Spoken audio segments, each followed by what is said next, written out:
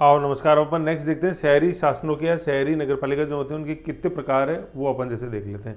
एक देखो देखो पिछले वाले वीडियो में जो था ना, तो ये जो दो चीज़ें आई थी ना, तो मैंने पता था आगे और देखेंगे, बाकी एक बार मैं बता देता हूँ थोड़ा सा। और ये एक कॉन्सेप्ट है वार्ड कमेटी का। तो इसमें क्या बता रखा है कि जहाँ 3 लाख से ज़्यादा जिस नगर परिषद की होगी ना जनसंख्या, वहाँ पर एक से अधिक वार्डों को मिलाकर एक वार्ड कमेटी बनेगी। तो ये अपने नगर परिषद जब मैं इस वीडियो के बाद अपन जैसे देखेंगे डिटेल में, तो उसमें एक आएगा। एक ये बताया था कि इंडस्ट्रियल एरियाज के अंदर जो ये लागू नहीं होते तीनों, ठीक है, लागू होंगे या नहीं होंगे डिसीजन गवर्नर करता है, ठीक है ना। और वहाँ पे नगर पालिका नहीं होती है, ये सबसे ऊपर जो अपन ने देखा। तो वहाँ टाउनशिप्स होती हैं, ठीक है, जो अभी अपन पढ़ रहे हैं ना 9 प्रकार की, वो ये उसके अंदर आएगा, ठीक है। तो ये अपन ने बेसिक हिस्ट्री देखी, अब अपन ये 9 टाइप्स देख लेते हैं कौन कौन से होते हैं, ठीक है। ये 9 टाइप्स क्या है कि लोकल सेल्फ गवर्नमेंट का, लोकल सेल्फ गवर्नमेंट आपको लागू करनी है, ठीक है ना। कहने मतलब 74th कॉन्स्टिट्यूशन अमेंडमेंट जो है अपना 1992 जो लागू हुआ कब, 1 जून 1993 को, वो ये लागू करना आपन को, ठीक है।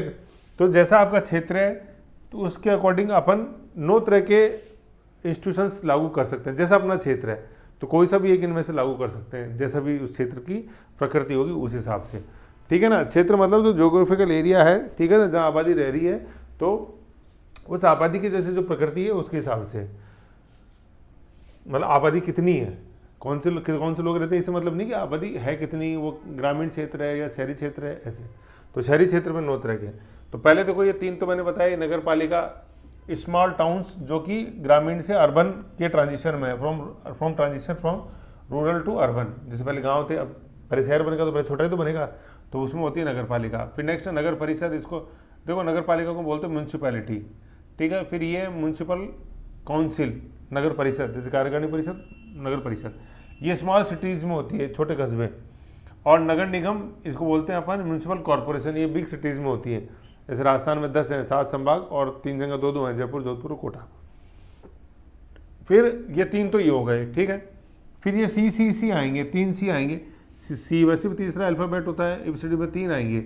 एक होता है notified area committee, NAC, notified area committee. Industrial cities जहाँ होते हैं वहाँ, अभी जैसे अभी अपन ने पढ़ा था, मैंने बताया इंडस्ट्रियल सिटीज़ में लागू नहीं होगा, ठीक है। वहाँ गवर्नर कुछ करेगा, डिसीजन लेगा, तो ये है ये इंडस्ट्रियल नोटिफाइड इंडस्ट्रियल एरिया, ठीक है, ये अधिसूचित, ठीक है, नोटिफाइड एरिया कमेटी ये है, ठीक है। NAC कहाँ होती है, जहाँ उद्योग होते हैं और उद्योगों के आसपास जैसे जो बस्तियाँ सेट वगैरह सारा डेवलप होता है, वो ये होता है, ठीक है, जैसे भिवाड़ी वगैरह के अंदर ये सारा। तो NAC नोटिफाइड एरिया कमेटी, ठीक है। तो ये उस एरिया के डेवलपमेंट की सारी चीज़ें देखती है। फिर आता है TAC, ये क्या है, टेरिटोरियल एरिया कमेटी, नगर है ना, टेरिटोरियल एरिया कमेटी, ये स्मॉल टाउन्स के अंदर होती है, जहाँ पे नगर परिषद नहीं बन सकती, वहाँ TAC बना देते हैं। तीसरा होता है C, छावनी, कैंटोनमेंट। तो कैंटोनमेंट एरिया के अंदर जो मिलिट्री एरिया होता है, वहाँ पे तो मिलिट्री कानून के अनुसार काम होता है, और वहाँ सिविल पॉपुलेशन भी रहती है, वो इस कैंटोनमेंट बोर्ड के अकॉर्डिंग नहीं है। कैंटोनमेंट बोर्ड बोल देते हैं, कैंटोनमेंट काउंसिल बोल देते हैं, उसके अकॉर्डिंग काम करती है। जैसे दिल्ली कैंट आपने एरिया देखा होगा दिल्ली के अंदर, तो वो सारा ही पूरा आर्मी के पास नहीं, वहाँ सिविल पॉपुलेशन रहती है। तो सिविल पॉपुलेशन एक छावनी परिषद से गवर्न होती है, ठीक है। इसमें एक्ट कौन सा है, 2006 के अंदर सेंट्रल गवर्नमेंट ने एक्ट बनाया, जिसने रिप्लेस किया 1924 का एक्ट, ठीक है। 1924 का एक्ट था जो कैंटोनमेंट एरिया की सिविल पॉपुलेशन पे गवर्न करता था, तो वो उसको हटा दिया, और 2006 के अंदर सिविल पॉपुलेशन के लिए कैंटोनमेंट काउंसिल एक्ट आ गया। कौन सी मिनिस्ट्री होती है इन छावनी परिषदों को कंट्रोल करने वाली, डिफेंस मिनिस्ट्री होती है। मैंने बताया था 3 प्रकार की मिनिस्ट्री नौों को गवर्न करती है, मतलब इन नौों में से प्रत्येक के लिए एक पर्टिकुलर मिनिस्ट्री है। जैसे तीनों अपन ने देखे, तो ये हाउसिंग मंत्रालय, हाउसिंग एंड आवास। फिर अभी जैसे यूटी से रिलेटेड है, तो यूटी के अंदर आ जाता है होम मिनिस्ट्री। और फिर डिफेंस रिलेटेड कोई है तो हो जाएगा डिफेंस मिनिस्ट्री, जैसे अभी कैंटोनमेंट आ गया, छावनी, मतलब वहाँ आर्मी का बेस होता है। जैसे दिल्ली कैंट में बता रहा हूँ, अपने इधर चिंकारा हुआ जयपुर में, ठीक है, जोटवाड़ा वाला एरिया है। देन नसीराबाद अपन अजमेर में देखते हैं, ऐसे श्रीनगर, नसीराबाद, अजमेर।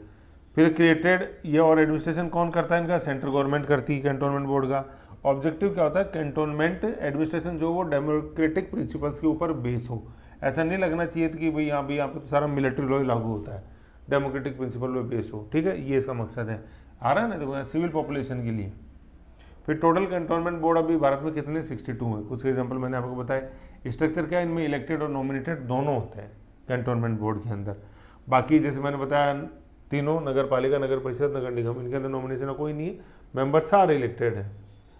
फिर इलेक्टेड मेंबर्स का टेन्योर होता है 3 साल, ये अपन जैसे देख रहे हैं, ठीक है। और ऊपर जैसे अभी देखिए तो आएगा सारा सबका 5 साल टेन्योर है इन तीनों में, जो मेन है पहले 3। फिर चेयरमैन जो होता है ये मिलिट्री ऑफिसर होता है, एक्स ऑफिसो ये स्टेशन हेड होता है, ठीक है ना। मिलिट्री ऑफिसर जो स्टेशन हेड होता है वही ये एक्स ऑफिसो चेयरमैन बन जाता है इनका। कैंटोनमेंट एरिया कौन से होते हैं, very military units reside permanently. तो मिलिट्री यूनिट तो रहती है लेकिन साथ साथ में सिविल जनसंख्या भी रहती है वहाँ पे, और तो उनके लिए ही है, ठीक है। तो अपन ने यहाँ तक 3 और 3 6 देख लिए। 3 तो अपन ने देखे नगर पालिका, नगर परिषद, नगर निगम। और फिर 3 सीसी से आए, NAC notified area committee industrial, TAC territorial area committee जहाँ नगर परिषद लागू नहीं हो छोटे टाउन्स के लिए, और तीसरा रहेगा कंटोनमेंट काउंसिल्स या कंटोनमेंट बोर्ड्स, ठीक है। कैंटोनमेंट एरिया में जो सिविल पॉपुलेशन रह रही है उनके लिए, कैंटोनमेंट एरिया में जो मिलिट्री पॉपुलेशन रह रही थी उनके लिए नहीं है ये, वो तो मिलिट्री लॉ से गवर्न होते हैं सारे, ठीक है। फिर अब नेक्स्ट देखते हैं अपन टाउनशिप्स। तो ये टाउनशिप्स क्या है, टाउनशिप्स, ठीक है। तो ये है उद्योगों के निकट बनी आवासीय कॉलोनी है, उनको टाउनशिप्स बोलते हैं। जैसे जो नोटिफाइड एरिया कमेटी तो क्या होता है, बड़े इंडस्ट्रियल एरियाज के आसपास में, और छोटे इंडस्ट्रियल एरियाज के पास होते हैं टाउनशिप्स। टाउनशिप डेवलप होती हैं, ठीक है। उद्योगों के निकट बसी आवासीय कॉलोनियाँ, कॉलोनी में रहने वाले अपने कर्मचारियों की सुविधा के लिए ये बनती है। मेंबर जो होते हैं इसमें इलेक्टेड नहीं होते हैं, ठीक है, मतलब नॉमिनेटेड भी नहीं है। ये क्या, इसमें क्या होता है, एक्सटेंशन है ये नौकरशाही संरचना का विस्तार। नौकरशाही संरचना क्या है कि इसमें जैसे भाई म्यूनसिपैलिटी का कैडर है, सरकार ने बना रखा है, ठीक है, कि म्यूनसिपल जैसे यू के एग्जाम से भर्तियाँ होती हैं और आरएस के थ्रू जैसे भर्तियाँ होती हैं, तो उसमें कैडर बना रखा, फिर उनमें से किसी की पोस्टिंग यहाँ पे हो जाती है, ठीक है। तो अभी अपन पढ़ेंगे या आगे नीचे पढ़ेंगे कि नगर पालिका कर्मी 3 तरह के होते हैं। तो जो कैडर बेस्ड जो एम्प्लॉय होते हैं सेकंड नंबर पर पढ़ेंगे, उनकी सर्विसेज यहाँ पे लगती हैं। फिर नेक्स्ट है 8वां पोर्ट ट्रस्ट। ये जो पोर्ट सिटीज़ हैं, जैसे अपने मेन 11 बंदरगाह हैं, ठीक है, जैसे कलकत्ता हुआ, अपने बॉम्बे है, विशाखापट्टनम है, पौंडीचेरी है, ये सब, ठीक है। तो यहाँ पे होते हैं न्यास पतन, ठीक है, पोर्ट ट्रस्ट, ठीक है। ये civil amenities and security provide करते हैं यहाँ पे जो सिविलियन पॉपुलेशन रहती है उसको। फिर 9वां है एसपीवी। एसपीवी क्या होता है, स्पेशल पर्पस व्हीकल है, कि उसको गठन किया अपन ने कि किसी एक पर्टिकुलर मकसद को पूरा करने के लिए। जैसे फॉर एग्जांपल बताऊं मैं, दिल्ली मेट्रो कॉरपोरेशन है डीएमसी, ठीक है। तो उसका मकसद क्या है कि दिल्ली के अंदर मेट्रो रेल की संभावना तलाशना, निर्माण करना और फिर उसको सुचारू रूप से चलाना, यातायात को मैनेज रखना सारे को। तो वो दिल्ली मेट्रो कॉरपोरेशन जो है वो एसपीवी हो गया, स्पेशल पर्पस व्हीकल हो गया। व्हीकल का मतलब ये मैं समझो कोई गाड़ी, यहाँ गाड़ी से मतलब है कि वो इंस्टीट्यूशन जो है ना वो एक मकसद के लिए काम कर रहा है, वो एक व्हीकल है उस ऑब्जेक्टिव को पूरा करने के लिए, ऐसे, ठीक है। तो ये स्पेशल पर्पस व्हीकल्स होते हैं, जैसे वाटर सप्लाई के लिए, हाउसिंग के लिए, पोल्यूशन के लिए जैसे पोल्यूशन कंट्रोल बोर्ड बना हुआ है, इलेक्ट्रिसिटी सप्लाई के लिए जेवनल वगैरह अपन से देखते हैं, ट्रांसपोर्ट के लिए जैसे डीएमसी बताया मैंने, जयपुर मेट्रो कॉरपोरेशन है। तो ये एसपीवीज हैं, स्पेशल पर्पस व्हीकल्स, ठीक है। तो ऐसे 9 तरह के अपन ने बता लिए, 3 मेन, 3 सी से और 3 अलग, टाउनशिप, पोर्ट ट्रस्ट और एक अपने स्पेशल पर्पस व्हीकल्स। फिर देखते हैं अपन नगर पालिका के जो कर्मी होते हैं ना, ये 3 तरह के होते हैं, 3 तरह के। सबसे पहले तो होता है सेपरेट कैडर, जो कि ये खुद द्वारा अपॉइंट किए जाते हैं, कि नगर पालिका ही खुद ही उनकी सारी, चाहे इंटरव्यू से हो चाहे एग्जाम बेस्ड हो, कैसे वो लेते हैं, ठीक है।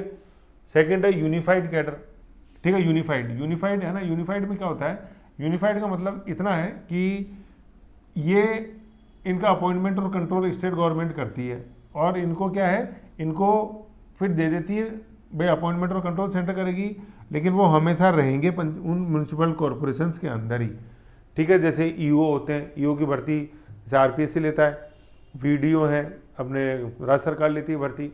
फिर जैसे चयन जिनका हो जाता है इनमें वीडियो ईओ में, तो ये फिर ये इनको ही सौंप दिए जाते हैं कि चलो ठीक है कि आप अब सारा पूरी ज़िंदगी आपको इस डिपार्टमेंट के अंदर आपको काटनी है, समझ गए।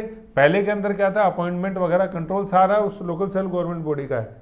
जैसे म्यूनसिपल कॉर्पोरेशन ने भर्ती करी खासतौर पर निचले पदों पे, तो सारा अपॉइंटमेंट भी उनका, कंट्रोल भी इनका ही।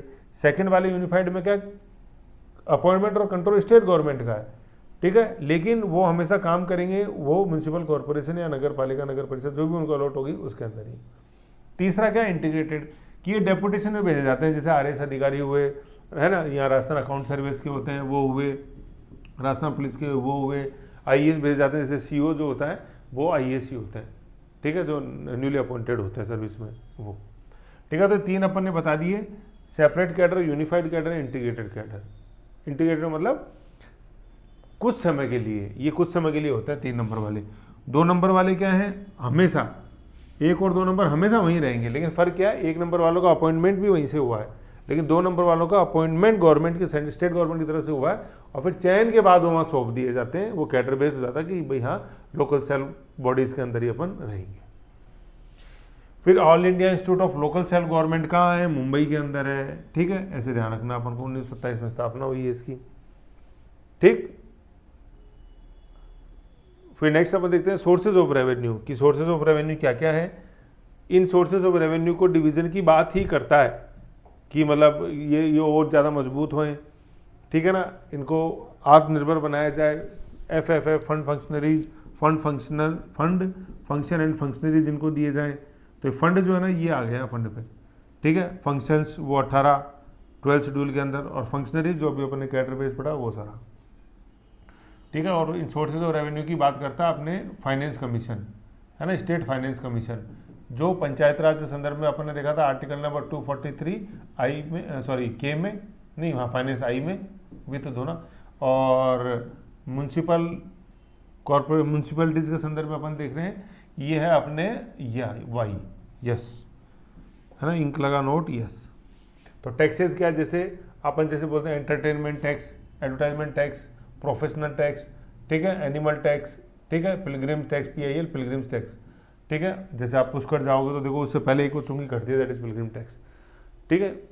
फिर मार्केट टैक्स, अठवाड़े वगैरह लगते हैं उनसे। फिर नॉन टैक्स जैसे फीस वगैरह लेना, कोई पेनल्टी है, रॉयल्टी, इंटरेस्ट है, इंटरेस्ट मतलब पैसे दिए हुए हैं वहाँ से आ रहे हैं, उनको ब्याज मिल रहा है, इंटरेस्ट, डिविडेंड कहीं पर निवेश कर रखा है, डिविडेंड मिलता है, फिर डिवेंचर्स में डिविडेंड मिलता है, ठीक है, यूँ सॉरी शेयर्स के अंदर डिविडेंड मिलता है। फिर यूटिलिटी फीस, जैसे मान लो सुलभ शौचालय यूज़ करें आपने तो यूटिलिटी फीस आ रही है, तो ये इनके सोर्सेज हैं। पार्किंग फीस, आप पार्किंग नहीं दे रहे तो फीस मिल रही, फीस देनी पड़ रही है, तो वो है यूटिलिटी फीस। तो ये tax and non tax sources हैं। फिर ग्रांट, अनुदान देती है स्टेट कंस्टिट्यूट फंड से, वो है। ट्रांसफ़र, जो स्टेट फाइनेंस कमीशन बोलता है कि भाई इतना प्रतिशत दिया जाना चाहिए राज्य वित्त आयोग, ठीक है। अधिकतम सदस्य कितने हो सकते हैं राज्य वित्त आयोग, मुझे बताओ एक बार कमेंट करके। फिर बोरोइंग्स, इनको कहीं लेने की जो शक्ति है दूसरी जगह से, वो। फिर central council of local self government, स्थानीय सरकार की केंद्रीय परिषद, ठीक है, ये क्या है, इसकी स्थापना करता है राष्ट्रपति, किस आर्टिकल के तहत, आर्टिकल नंबर 263 के तहत, ठीक है, ये बड़ा इंपॉर्टेंट है आर्टिकल 263 सेंट्रल स्टेट रिलेशन मैंने में इसको काफ़ी डिटेल में अपन ने देखा है। आर्टिकल 263 अपन जब देखा था इंटर स्टेट काउंसिल देखा था, अंतर्राज्य परिषद, तो मैं बताऊँ इंटर स्टेट काउंसिल, इंटर मतलब इन द कॉन्स्टिट्यूशन है, ये constitutional body inter state council, वहाँ इसकी फंक्शंस जो है ये रिकमेंडेशंस और अनुशंसाएं करता है कि लोकल सेल्फ बॉडीज़ को किस तरह से और ज़्यादा बेहतर स्ट्रॉन्ग बनाया जाए। और local institute of local self government है बॉम्बे में, वो स्टडीज़ कराता है कि और मॉडर्न जैसे क्या क्या मॉडल्स हैं लोकल सेल्फ गवर्नमेंट को मजबूत बनाने के, ठीक है। तो आपने ऐसे करके ये म्यूनसिपैलिटीज़ के बारे में था, chapter number 40, short and sweet है। क्वेश्चन देखो और रिवीजन करो बुक से, बुक TMH से पढ़ो उसको सीधा। अब अपन क्या करेंगे, एक टेबुलर फॉर्म के अंदर इनको अपन देखेंगे, जैसे मैं बताता हूँ कौन सा,